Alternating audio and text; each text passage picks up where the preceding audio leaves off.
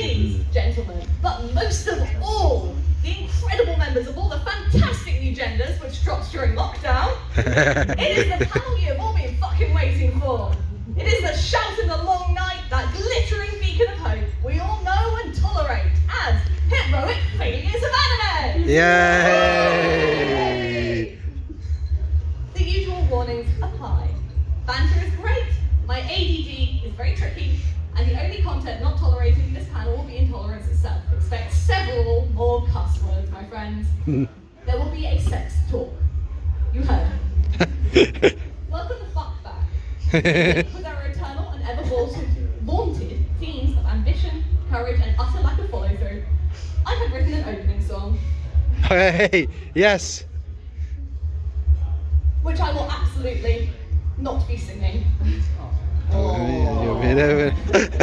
As we sing with the... I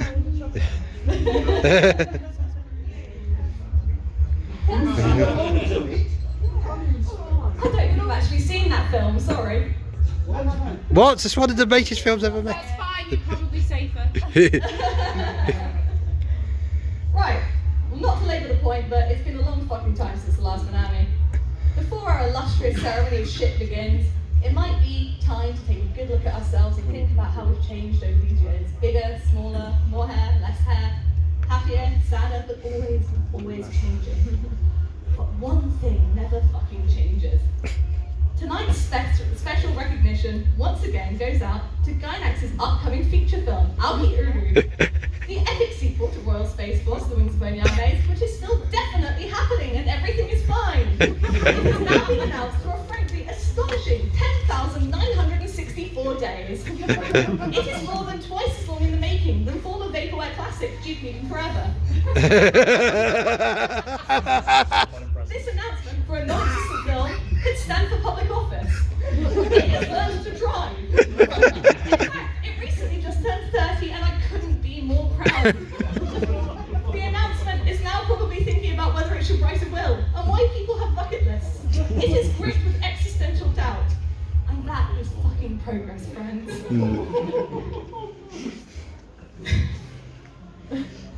So, on we move with grim inevitability to the real attraction of the night, our award ceremony proper. Tonight's first award goes out to a real classic of shame and embarrassment from one of the great names in anime, the Gay Skeletons Award, for achievement in failure to keep skeletons in the closet. I didn't think I'd need 3 hands for this panel, that's all. And it goes to the one and only Yoshiyuki Tomino for Mobile Suit Gundam. Yeah. Now this slide contains 2 very meaningful clues to the exact nature of this particular embarrassment. One is the episode count. The other is the artist of the poster, one Yaz. In the West, OG Gundam is usually thought of as a 42 episode show. While the reason has never officially been confirmed, it is thought that director Tomino personally blocked the release of episode 15, Kukuru's Doan's Island, in nearly all international releases. It did sneak onto TV in Italy briefly in the 1980s. Now, Kukuru's Doan's Island may have a closed narrative, making it easy to remove from the overall storyline. The plot doesn't appear at all in the compilation films, but it's not considered disposable thematically. The story follows protagonist Amuro and the rest of the young crew of the White Base as they meet an enemy defector and the orphans who's trying to keep safe during the war. This being Gundam, Doan did of course personally kill the parents of these orphans, and then there's a big mech battle about it all by the end of the episode. But the plot is pretty much in keeping with the overall continuity of the story, and introduces several themes which become more relevant as the series continues. The humanity of the enemy, the ongoing impact of conflict on civilians outside a direct war zone, the blurred lines between a state of conflict and peace, and the struggle for soldiers to regain their humanity after the battle has ended. So why has Tomino fought to suppress the episode for so long, despite considerable interest? With little objectionable content, the eyes of the fans have turned to something else. Quality.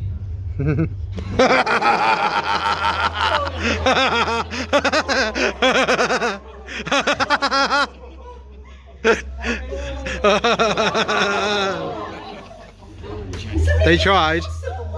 But the suppression of Doan's Island might have something to do with the fact that around the time it was being made, the keyframe artist, one Yoshikazu Yasuhiko, was hospitalized with a lung infection, made worse by exhaustion and overwork.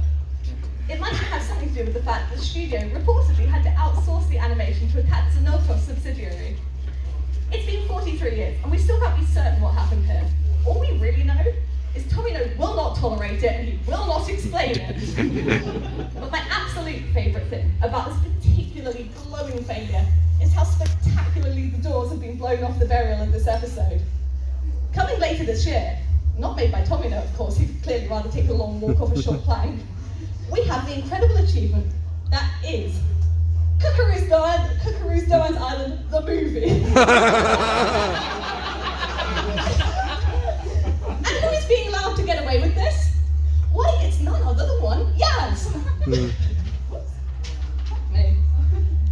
The same Yoshikazu Yasuhiko, whose hospitalization probably fucked up the animation in the first place. That same Yaz who painted both of the posters. Does anybody remember the story about the absolute horror Minami's Keith felt when he forgot Tomino as an absolute twat? And asked him about which Gundam show by another creator is his favourite? Yeah. A tenor says that you'll never see Yaz and Tomino in the same room ever again after this. Now from unfinished business, we go to business that managed to be extremely finished. Maybe even overly finished. Fans of one franchise were royally fucked over by the adaptation of a separate work by the spectacular winner of the Rocks Fall Everyone Dies Award for Excellent in Conflict Resolution, which goes to X, the movie. No. Now there's a lot to say about the X movie, and fuck knows I haven't got the time to say it all here. I am really awarding this for achievement in shitting on the fans of the earlier work, Tokyo Babylon. At 7 volumes, it's not Clamp's longest work, but it's a stylish read and has fans to this day, having had both an anime and a live-action adaptation, as well as continued cameos and teasers throughout their other works. I think it would be a relatively spoiler-free take to say that, like a lot of Clamp works, the core story isn't resolved in these 7 books, nor in the OVA adaptation. In fact, Tokyo Babylon ends on one of Clamp's more upsetting cliffhangers, as the two main, and highly shippable characters, realise that their goals are incompatible, and they are going to have to fight one another, with grave and queer emotional stakes. Fans left desperate for resolution at least had the promise of crossover works. Even before Tsubasa, many early Clamp stories took place in a shared setting, and Tokyo Babylon was no exception. Main character Subaru eventually showed up in their long-running urban saga X, older, sadder, and rather the worse for wear. But X would also go on to be an unfinished manga. One great hope for a satisfying story came in 1996, when fans would at least expect to see a story with a beginning, a middle, and an end. Now this was set to be directed by Ryutaro, the already famous director of heroic failure classic Harmageddon. So there were already pretty mixed possibilities in store when the film finally opened in cinemas. But while the main characters of Tokyo Babylon are only some of the many characters in X, in an astonishing bout of fan service, the movie actually goes pretty much straight to the two of them, facing off in direct consequence of that breakup at the end of their home manga. Aww. Now let me just work out how to do this. Oh.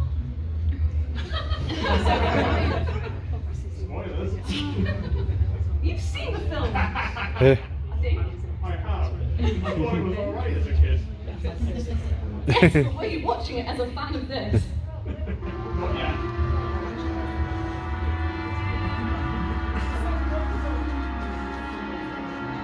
I have made a couple of cuts here and there for time. Kamui has returned to Tokyo. So I understand. Then the final battle to decide the fate of the Earth is about to begin. Can you imagine you've been waiting for all these years to find out what will happen when they finally see each other once again?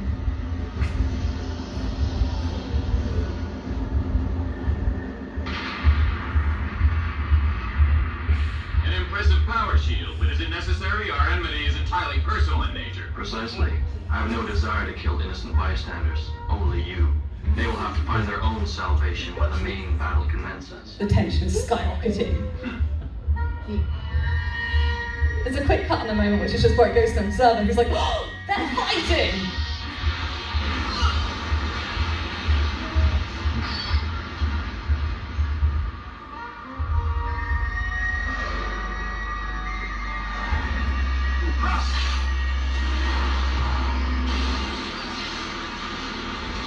Seven volumes and then half of X itself have led up to this.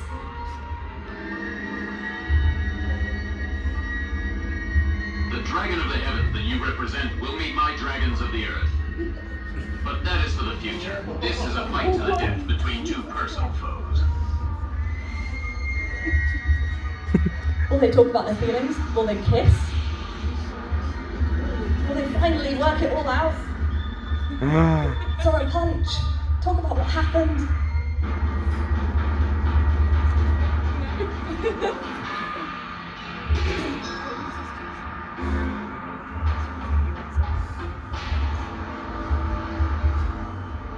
God, this feels like an eternity. I promise it's literally 3 minutes.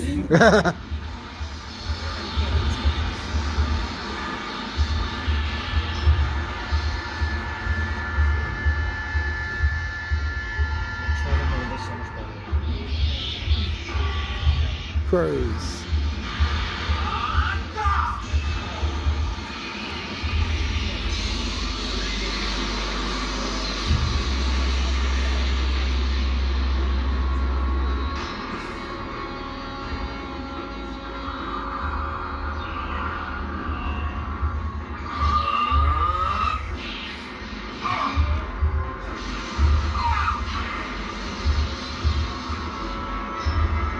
Ancient Egyptian laser beams.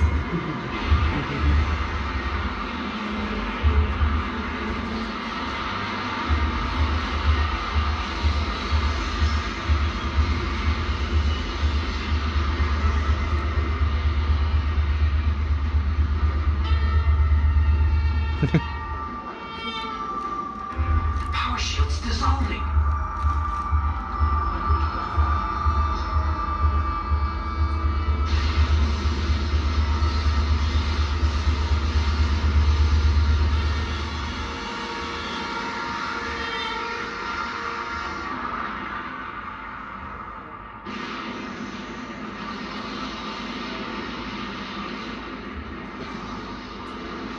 Subaru and Seishiro do not appear in the rest of the film. What? You sure you just didn't download the wrong version?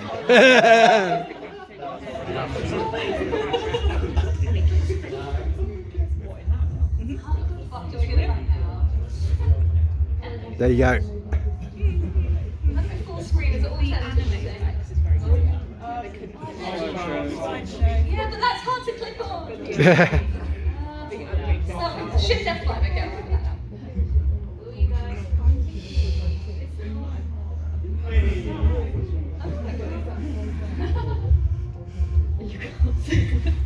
Now 2021 could have been the year we had it all. But COVID happened, we're in end stages capitalism, and our next attempt to help the characters of Tokyo Babylon went to fucking Gohan's. I knew this was coming up. It's not just that the promo shots were pallid and over-filtered. Oh, God. It's not just the fact that the characters look generic and flat. It's that this was supposed to be a Clamp adaptation, all colour and drama and fashion for the sake of it. A Clamp illustration can have frills that go from edge to edge of the pages, whether or not it makes sense. In half their manga, the characters change costume every chapter, just because it fucking slaps.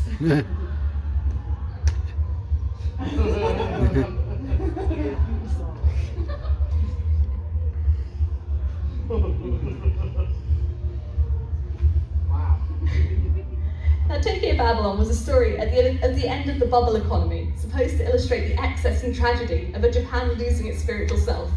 It was champagne and yokai, phone cards and curses, casual wear ball gowns and murders, and it got given to fucking Gohans.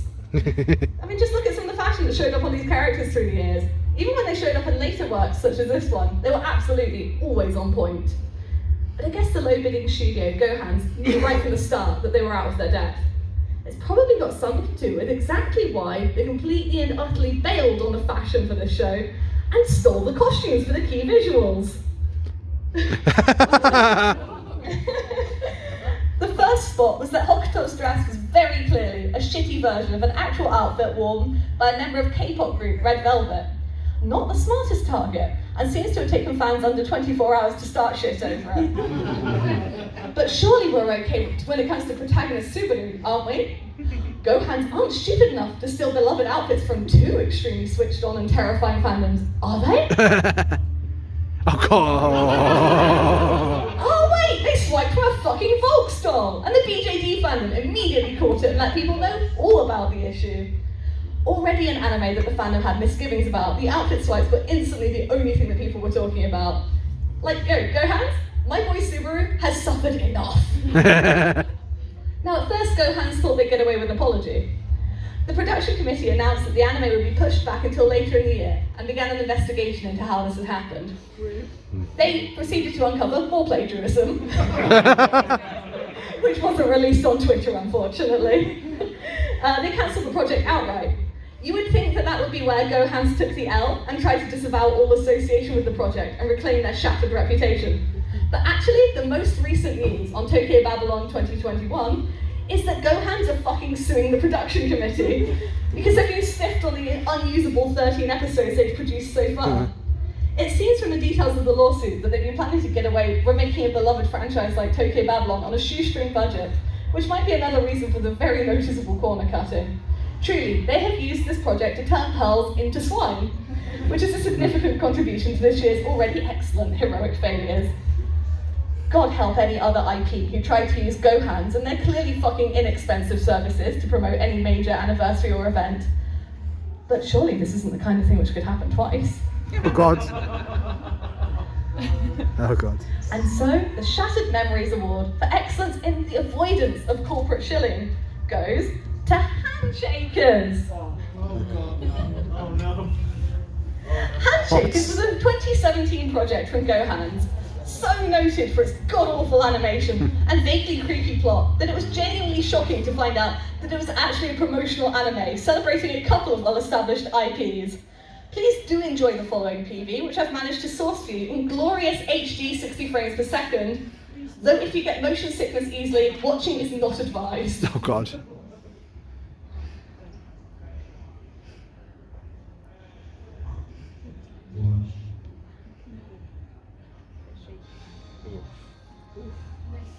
Oh. Oh God. I think it's just really quiet.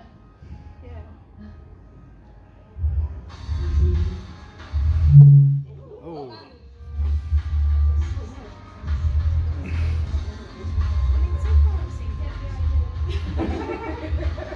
No, you will watch this PV again. This is what they have to sell to you, and it has words in it. What? It does just repeat in animation. This is the best of the show. This is what they had to show you to really show off the IPs they're promoting. It just looks like a very bad demo of fighting. Yeah. That's basically what it is.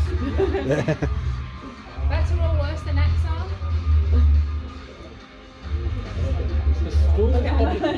The story's probably worse. Actually has animation, so that makes it visual effects. The thing they're promoting has by now appeared in this video.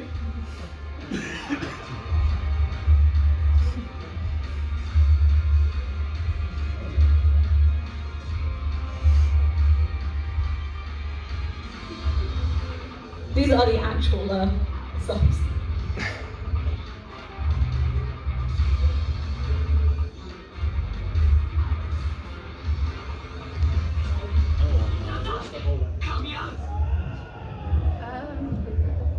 What's? What did Kadokawa think they were doing?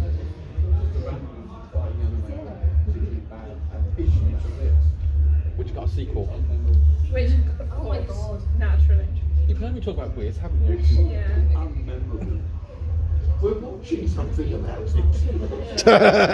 For the wrong reasons. Now it's low-hanging fruit, so I don't usually call too much attention to really terrible tits, but please do check out the schoolgirl in the background there, which is amazing stuff that does call for recognition. Now, Handshakers isn't just the ugliest piece of shit animation of the last decade, it is actually supposed to be a celebratory series created for the 30th anniversary of the Animate store chain. Oh yes. I'm not entirely sure what caused it to do this, least not of all because Animate was founded 34 years before Handshakers. But that is honestly the least of the show's fucking problems. I could tell you that I wanted to include some voices from the community to explain the impact that Handshakers had, but honestly, I didn't want to go back and watch the fucking thing again, and after a couple of months I can already hardly remember it. So let's get an opinion from community member Mozilla Fennekin, who writes on Mal. Every surface in the world is a mirror, reflecting the clouds in the sky that move at breakneck speed because this anime takes place in a very windy city, which is precisely why Lily's large bamboozlers wiggle and shake rapidly, even indoors. Oh god. Characters have hair made out of stained glass, allowing a unique colour palette with a diverse level of shading, and the designs of each character perfectly match the theme they represent. The animation is nothing short of stellar. The 2D and 3D animation come together so well that they move at two entirely different frame rates, creating two unique and interesting flavours that satisfy both fans of traditional and CG animation. The backgrounds, objects and effects generated from computer animation are so realistic and lifelike that I have a hard time deciding whether they were actually animated, or if the chains and flames, for example, were literally placed above the recorded frames to give a full sense of realism. It looks so natural! I've never seen CG moved in more brilliant ways before. In the same extremely sarcastic review, they also defend the show by pointing out that old fandom adage that incest is wincest. Oh God. So this anime is fine, and No. you're complaining over nothing. That's not okay. Now, if you're wondering whether the plot makes up for all of this, I would have to give a resounding no. Handshakers is the story of a nice young man with absolutely no characteristics who has to hold the hand of a mute and totally dependent Loli literally all the time, or she will fucking die. His parents are entirely fine with this. There are birth scenes, they do fights. Because she will die if she loses, while other characters just won't get to make their wish, it's pretty obvious which she was going to get to win every episode.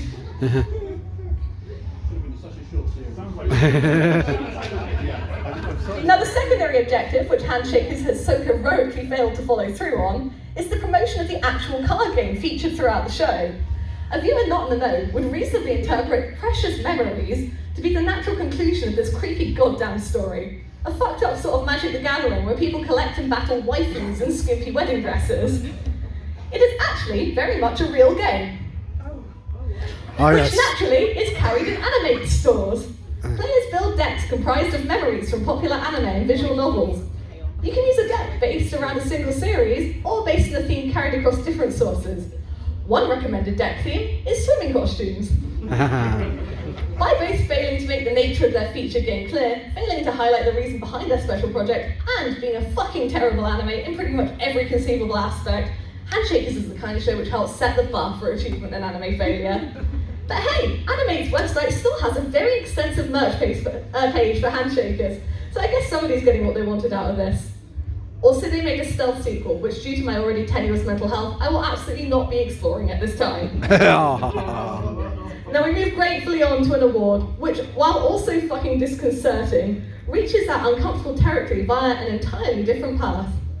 This award goes to an anime whose controversy is brilliant in its creativity.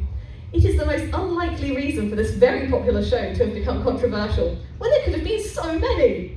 It goes to an anime which has age gap queer shitbait, ritual cannibalism, exquisitely observed gore. An anime which covers orphanhood, grief, trans identity, slavery, torture, non-consensual human experimentation, madness, underground coercive sexually loaded nightclubs, suicide, and again, fucking eating people. And none of that was the fucking issue. Tonight, but it was me, Dio, award Yes. for excellence in completely unexpected controversy goes to Tokyo Ghoul. This gigantic franchise, told across various manga, anime, live-action films, and everything else besides, led to massive popularity just a few years ago. It follows the struggles of a small community of man-eating monsters and the monstrous humans who hunt them.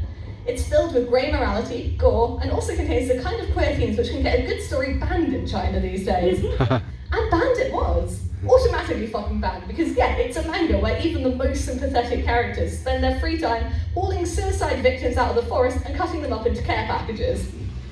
But the actual controversy arose in China after the manga was already banned, and not for any of the obvious reasons at all.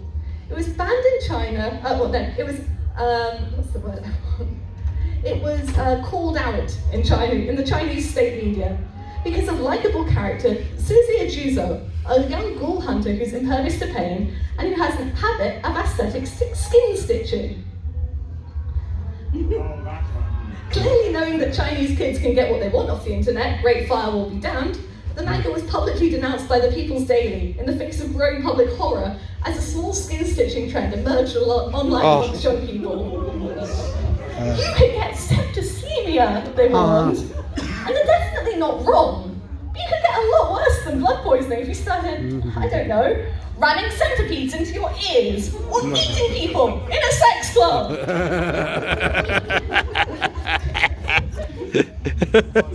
Making this a particularly strange point to get stuck on. Tokyo Ghoul for the amazing achievement that's attracting the attention of the Chinese state media when you were already banned. And even then, over just a small element of a character design, you have truly earned this award. Our next award goes to a strange and innocent little project. A project cursed by a single grubby association. It is, of itself, a totally blameless fucking show. But there's an argument to be made that its mere existence contains blood-curdling implications. This award, the Because of the Implication Award for excellence in being contextually disconcerting, goes to Nyambo. Nyambo is the story of a little group of cat-like, cardboard box-like aliens who come to Earth and aren't too sure of what they're doing. It is, as I've said, a remarkably innocent little show. Yes, I have a clip of these delightful cats. Yay!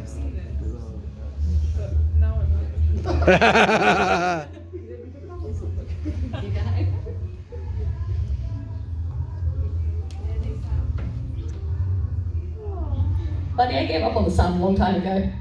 Aw. How cool. Right. That's something then. It's fine, it's got subs, that's what that's for.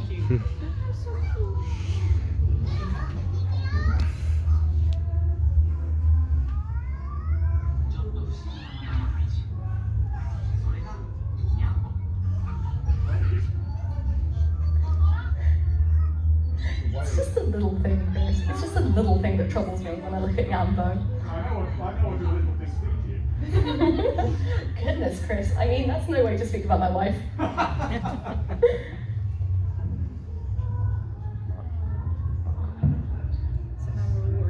Why am I so bad at this? Aw. The thing that's just a little troubling about Nyambo, the thing that lingers in the mind, is that Nyambo is actually a spin-off. A spin-off of a very popular manga. Yes. A manga which still doesn't have an anime after all these years. Of course. Yes. Yotsubato is the story of a 4-year-old girl who's just moved to a new area with her adoptive single father and is excited about everything. It's a beetle hunting, sea watching, teddy carrying, next door invading romp of a manga. Extremely funny and absolutely from the perspective of an extremely small child. Nyambo, meanwhile, was created as an anime original project, a cat-themed variation on the Dambo cardboard box robot from Yotsubato, a character which had gained mimetic popularity in its own right, launching a range of merchandise, even becoming the mascot of a TV show in Thailand.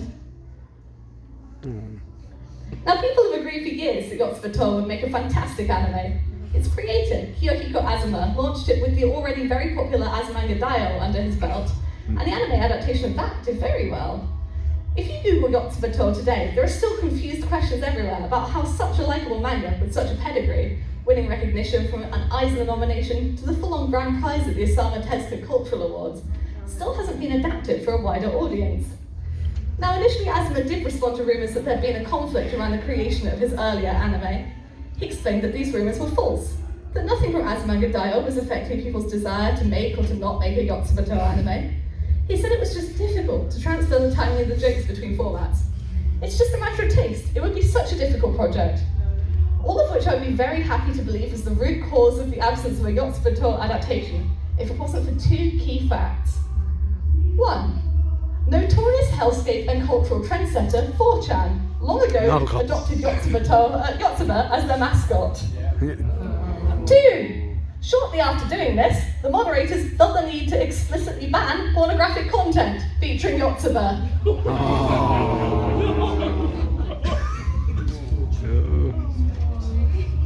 Nothing good comes out of 4chan.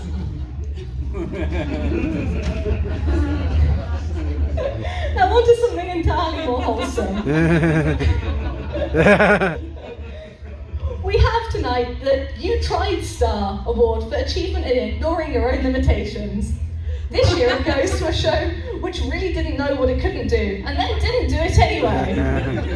Congratulations, Try Night. Oh God. Now, I'm not here to shit on limited animation. There's some amazing shows out there with a budget they clearly found down the back of the sofa. The entire medium is pretty much founded on the basis of the fact that being expressive can make up for the lack of full body movement, damn it. But Try Nights just keeps writing checks it can't cash. It's a rugby show, for fuck's sake. They could at least have the decency to animate a couple of tackles and repeat them. But no, every tackle in the show begins as a close-up on the character's face. And suddenly, that character will teleport to about a foot in front of their opponent's groin. Cut to shocked reactions from every other character as they stand entirely still, then cut back to the tackling character, already on the ground. It is hard to express quite how gloriously, willfully incompetent this mess is. There's something deeply wrong with the continuity for all the in-betweening. Perspective keeps breaking, characters grow and shrink, and there's an amazing and disconcerting tendency for characters to turn their heads, with their faces only following when they feel like it. Now, in line with standard quality control at Heroic Failures HQ, it has not been possible to provide subtitles for the following clips, for reasons. Therefore, I intend to overdub from a printed script while we go at this like it's fucking 1992. Oh no. Oh, you know you want to see this. I know I don't. It's a rugby show. It's episode 1. I have not fucked up the frame rate on this, I promise. Why is that chicken so much more in HD? It happened last winter, after our game with Sekiro. We were full of hope back then. Nada had just become our new captain. It's hard to time this when I can't hear it, but I'm doing my best. He was the team's talisman. He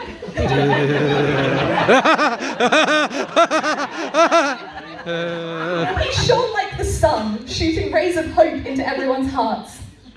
At the winter tournament, we played Sekiro in the semi-finals and lost.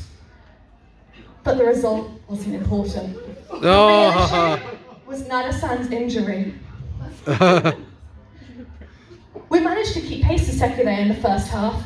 We clung on as they attacked, then went upwards. We did that over and over. Wait, that'd be a foul. I think it was. We had no idea Nada-san was shouldering the heavy burden of carrying the team. Because we were all pushed beyond our limits, we didn't notice. I remember it like it was yesterday. The way Nada-san stopped Sekiro's charge, and the way the crowd roared when he did it. Oh no! Time for the counter-attack! Oh!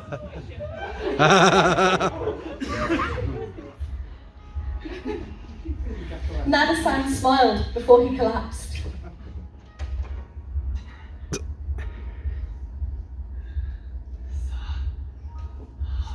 Wow, there was that little script. I really mistimed that. Oh no!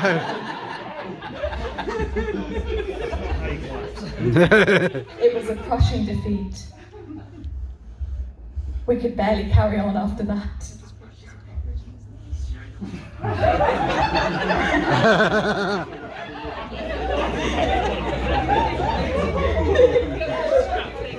Now it's clear that the absolute incompetence here is a continual barrier to the ability of the studio to tell a story. It's stilted and confusing and downright hard to follow in many places. But to my mind, the absolute peak of this fuckery comes in a very small and subtle scene where an actual named character walks across the room and changes into another guy halfway.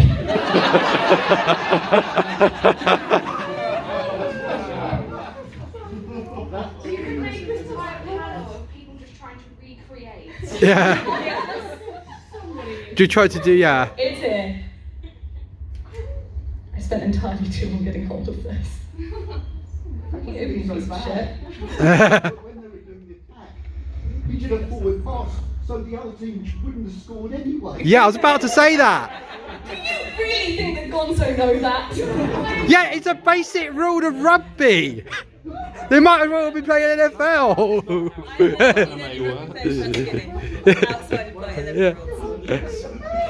It's not gonna fucking play, is it? No. I'm so sorry. Theo. It's in Try Nights episode 3 at about the 17-minute mark off the top of my head. It is a guy, he walks into the room, goes behind a chair, and when he comes out, he then has, instead of brown hair and brown eyes, his black hair and red eyes, and a different haircut. We wound it back, we were just like, what the fuck? Did it play? It's 11 minutes long. It It's might be 11 right at minutes the long. end. Oh, I thought it was 11 seconds long. Oh, maybe it's just at the end. Oh, we could be in luck. What did you do? My best, Christopher. Clearly it wasn't good enough for you. Yeah. Here we go, here we go. Yeah.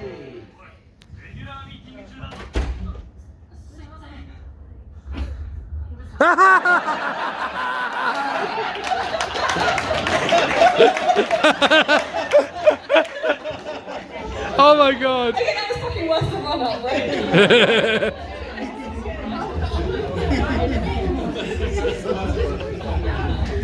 And once again, if you were wondering whether Try Nights meets the bars that we set for our entrance, whether it was actually a truly ambitious anime which should have been able to achieve its goals, it is not any old failed pseudo player bunch of guys standing still and shouting. It is all that, and it was made to promote Japan's hosting of the Rugby World Cup. Yeah. Pour one out for this show, or maybe drink it, you'll fucking need it. Because driving me to drink as ever, tonight, We Live in a Society award for achievement in moral dissonance is split between various highly worthy candidates, brought together by a single common subject. Receiving the award will be the best known and loved of them all, Rurouni Kenshin. Oh god. The runners-up in this award are Toriko and Actage. And I'm afraid that the three have more in common than just having appeared in the pages of Shonen Jump. Now, back at Heroic Failures HQ, there has been a small committee discussion as to whether this meets our usual bar of necessary funniness when it comes to inclusion. But I promise a really silly one after this. And who even are we anymore, if we can't point and laugh at a good bit of villainous fucking hypocrisy? Now, this was inspired by the enormous drama around Seiyu Tatsuhisa Suzuki cheating on his wife, Lisa. We've been considering what it really takes to get you fucking cancelled in Japan at the moment. See, Suzuki is a fuckboy, no question. But I wonder if he would have actually been replaced in Tokyo Revengers, and replaced in Ultraman, and replaced in Pokemon, and replaced in everything fucking else, if Lisa wasn't substantially more famous and beloved than him. Or if he hadn't spilled a load of upcoming plot details to the next film in the Free franchise to the fan he was fucking on the side, which she then uploaded to the internet for clout. Oh. So you could look at this and think that maybe it doesn't take that much to get cancelled, and fair warning, the rest of this discussion starts gross and rapidly gets much grosser. Tune out for a couple of minutes if you do not want to hear about sex crimes. Let's talk about Shonen Jump and the fallout surrounding former promising manga Actage. The story of a passionate but emotionally damaged young method actress, it was noted for the unusual content produced by the male-female writer team. Unfortunately, it seems that the pandemic didn't exactly bring out the best in the writer, Tatsuya Matsuki, who it turns out spent his time in lockdown cycling around Tokyo and gloating middle school girls from behind, then cycling away. Oh god. Matsuki is a big piece of shit man, no question, and Actage was immediately pulled from the app, its outstanding chapters never to be printed in tankobon. But you do have to wonder what would have happened if the manga had already been adapted into an anime, or if Matsuki was mates with the mangaka from One Piece. Can keep 3 hands. Quality. Because Toriko mangaka Mitsutoshi Shimabukuro actually got his gig at Jump several years after his 2002 conviction for violating child prostitution laws. first examination, his case wasn't an extreme one, but you'd still think Jump might not want the association. But Daddy Oda, the mangaka of One Piece, pleaded his friend's case, and Jump decided it would be fine to take Shimabukuro on, catapulting him to mainstream success with Toriko, his long-running tale of a big muscle dude travelling the world fighting and eating the exciting monsters he finds along the way. Think Golden Kamuy without a social conscience. But what if you've already got an anime and you run and jump? What if you're actually the guy who trained Oda-sensei? Can you be cancelled then? Unfortunately, this brings us back to Genshin. Yes. Because mangaka Nobuhiro Watsuki didn't just pay a teenager for sex, gross though that is, he was actually busted with a house full of full-on child porn. He admitted under oath to being attracted to middle and elementary school-aged girls. But I guess when your films are already breaking records at the Japanese box office, there really is no bar too low for Jump. They've rewarded Watsuki by running a Kenshin revival, and now he's getting a new anime. Oh. Shonen Jump, your double standards taint the industry and are fucking gross. We shouldn't have to think about who we're supporting when we stream cheerful, heroic kids shows, damn it. Shonen isn't anybody's thinky space. It's an escape from the fucking all of this. Right, onto a funny one, I promised.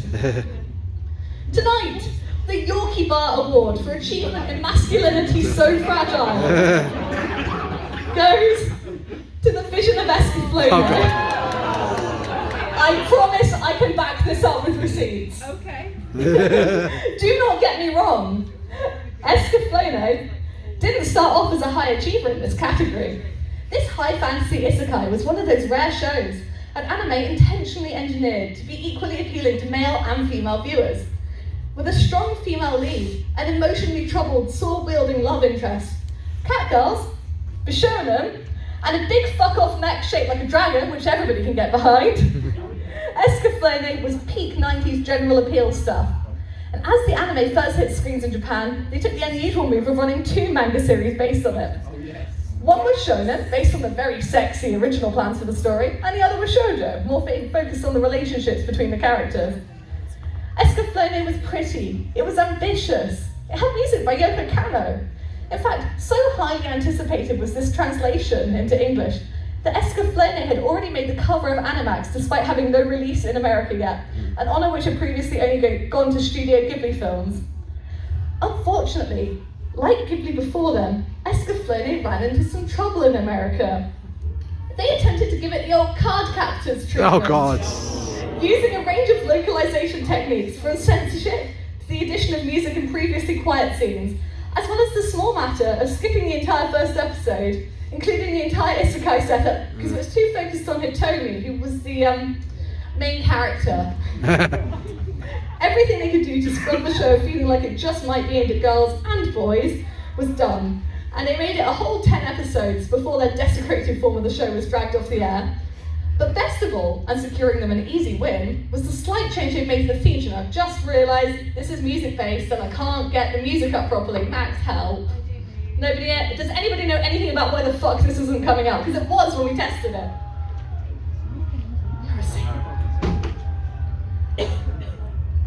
We really did with it when we checked it.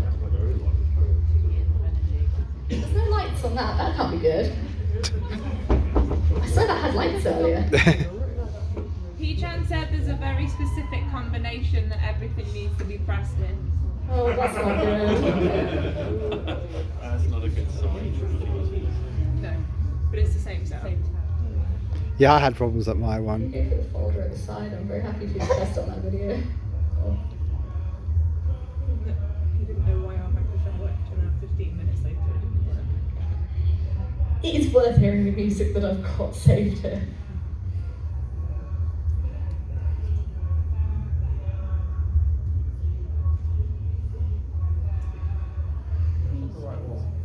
Yeah, set it for default.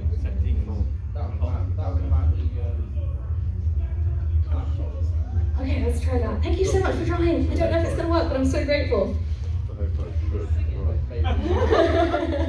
Well, I was going to play a little bit of the original, which I believe is pretty well known, but I'm going to include a piece here for anybody who hasn't heard it before.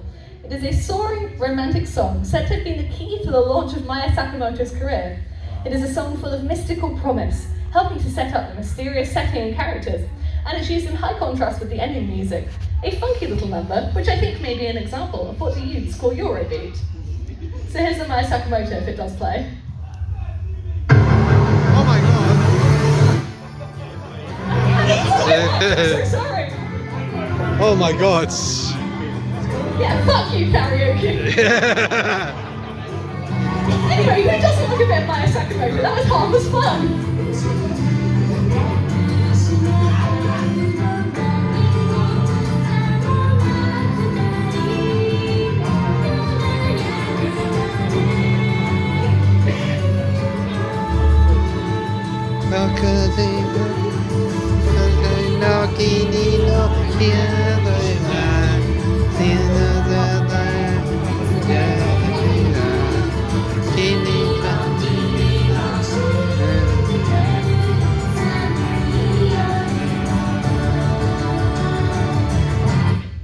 Meanwhile, the Fox Kids version, I think can most charitably be described as certainly something. Oh god.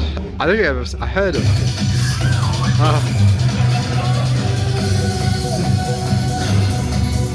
Oh god.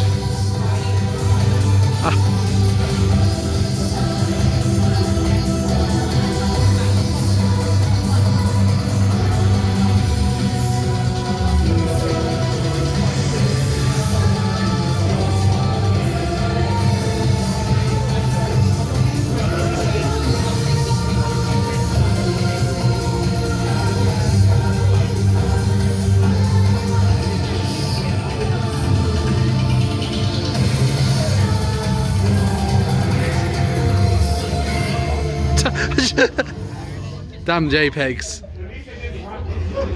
These didn't rap. Do you really have made it any worse if they tried to rap that? I mean, at least it'd be trying something, Chris.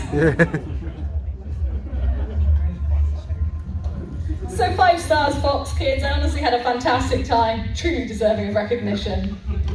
So now, and I have fucking no idea what time it is, but we are coming at last to the final, and therefore most convoluted and overdramatic award of tonight.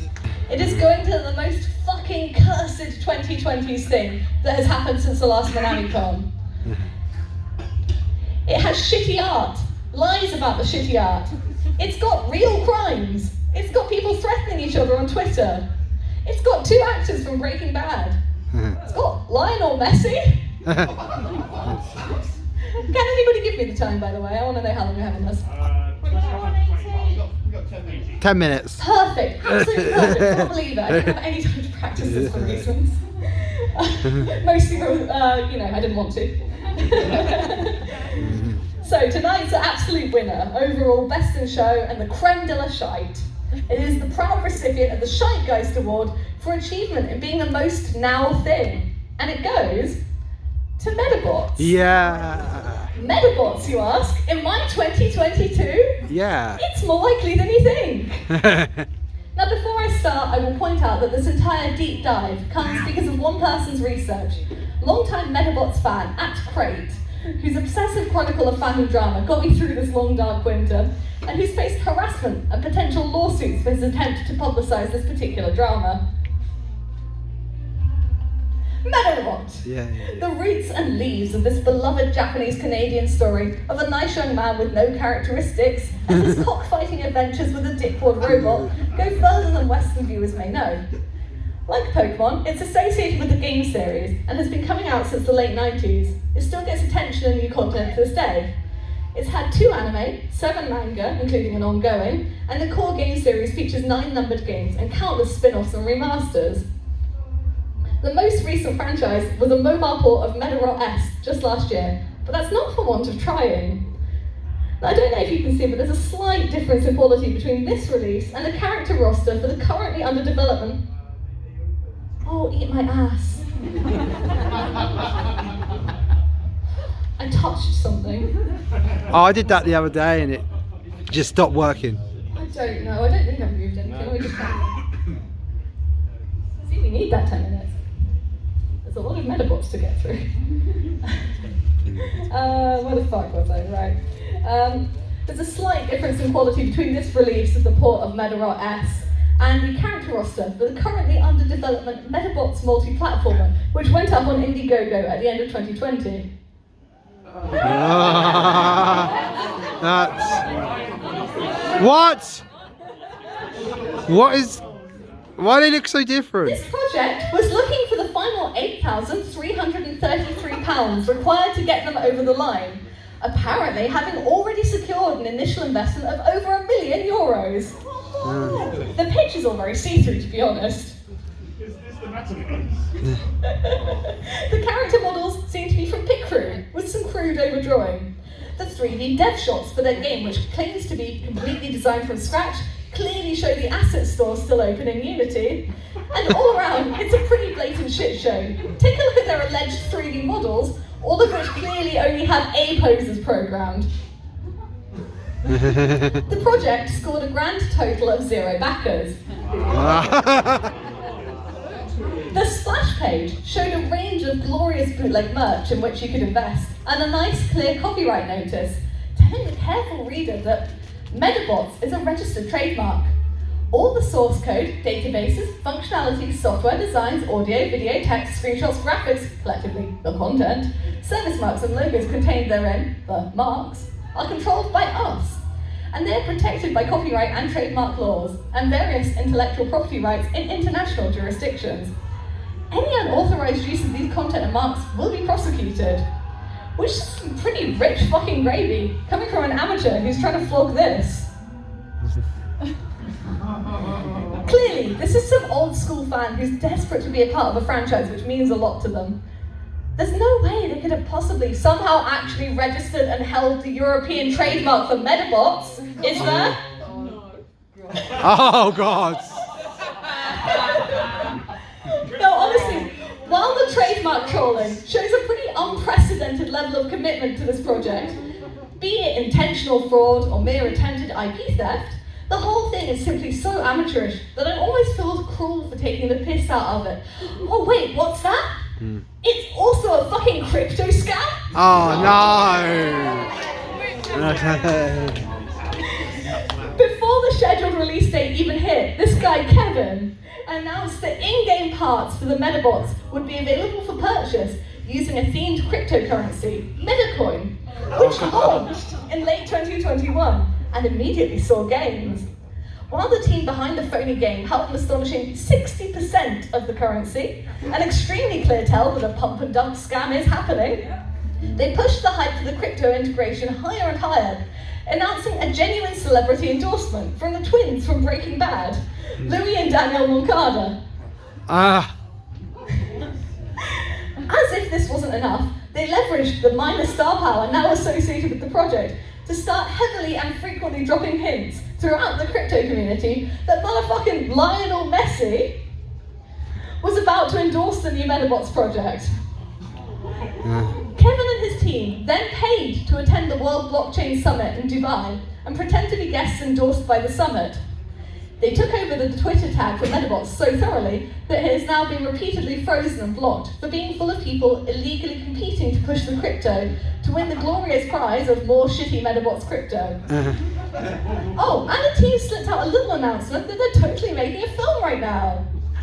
All of this would be a tragicomic little story of the world in which we're currently suffering, if it wasn't for one small detail.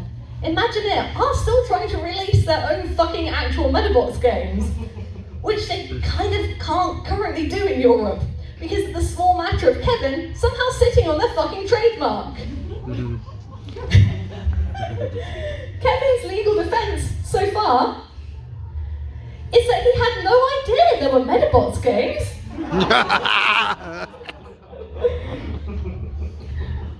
Right, so I actually just lost my job, so I'm leaving to sulk. It is great to be back, and happy fucking Minami, everyone. Yeah.